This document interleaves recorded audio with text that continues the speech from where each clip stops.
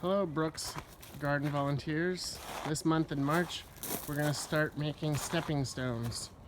We're going to do it in March because it is still a little bit cold. Usually we do it in April, but April is the perfect month to be planting and transplanting things in the garden beds. So we're going to keep April for working in the garden. March we're going to create stepping stones. Each garden class is responsible for making 2 stepping stones, and it's going to be a 3-step process. First you have to figure out the design. You can either use the template that I sent in the email and provide the classroom with a bunch of design sheets where each student can design their own. Do that ahead of time working with your teacher. And then the garden volunteer can look through all of the designs and see if there's any of them that come out as a theme, such as perhaps maybe most students decided that they want to create a rainbow and clouds similar to this simple style. You can do that if you want, or like I said, find your own pattern and just go forward from there. Typically what happens is most classrooms have 2 volunteers, so you can have one volunteer responsible for one stepping stone and the other volunteer for the other stepping stone.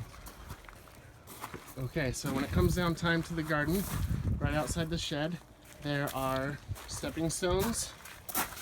Inside the shed on the left there's adhesive to put on the bottom so the tiles will stick onto the stepping stone. There's directions on the back of the adhesive, and there's the putty knife that you'll need. You'll also probably want to wear the rubber gloves and maybe even use that sponge to rinse everything off at the end.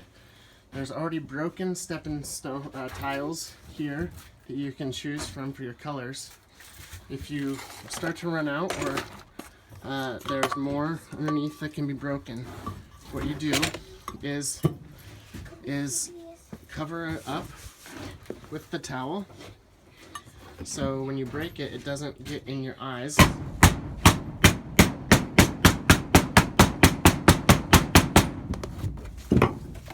And it's broken. Also, there's other extra towels here. So what we're going to do this time in March is before the class, make sure you have your pattern figured out. You come to the garden and you set up at the tables out here with the stepping stones, the tiles you need, and the adhesive. What you're going to do is spread the adhesive on, put your pattern in place, and then let it dry. It's not finished yet. We'll come back briefly in April and put grout over the top of the tiles, so it won't look complete when you're making the tiles yet.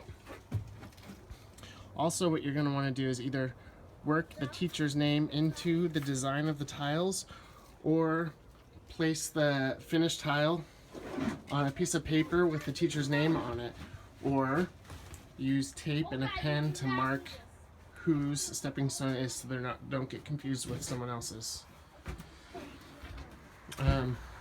Go ahead and after you're done, set them in the shed, and we can store them to finish them up the next following month. What you want to do after you're done is make sure everything's cleaned up. It's really important that you clean the spatula and put it back for the next group to come in, and just have it neat and orderly for them as well. Again, so what you're going to do is before students come, set everything up at the tables so when your students come in they can get right to work at designing the tile. Afterwards, go ahead and bring them back and come back and clean up.